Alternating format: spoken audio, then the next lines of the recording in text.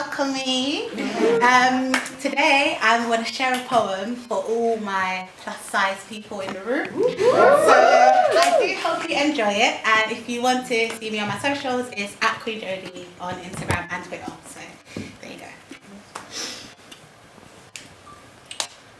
Look at me. I'm fat. I'm more chunky than a Kit Kat. These rolls on my side and back exposed rolls of fat so tightly packed like potatoes in a sack. Think one snack away from a heart attack. Think love handles that don't actually love you back. Even when I suck and tuck in my belly, it still finds a way to betray me, because that's the first thing you see when you look at me. So obviously I must be unhappy and unhealthy. Look at me.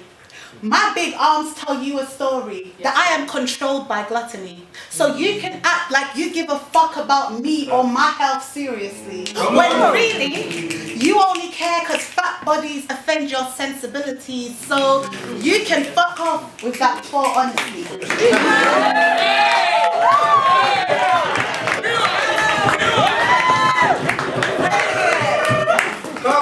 When really you only care because fat bodies offend your sensibilities, so you can fuck off with that full honesty. You say obesity's unhealthy. I say, okay Susan, so is smoking, so is drinking, so is linking randoms off the internet having sex with no condoms, but somehow my fat is more of a problem than your unregulated pum-pum.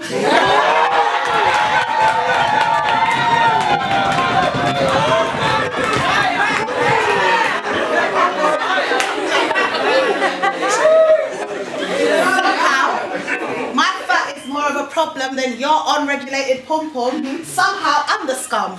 You can fill your guts with cum and rum and not have any of your health in question. But a fat girl does something as basic as existing, and it's a universal problem that needs fixing. Isn't that interesting?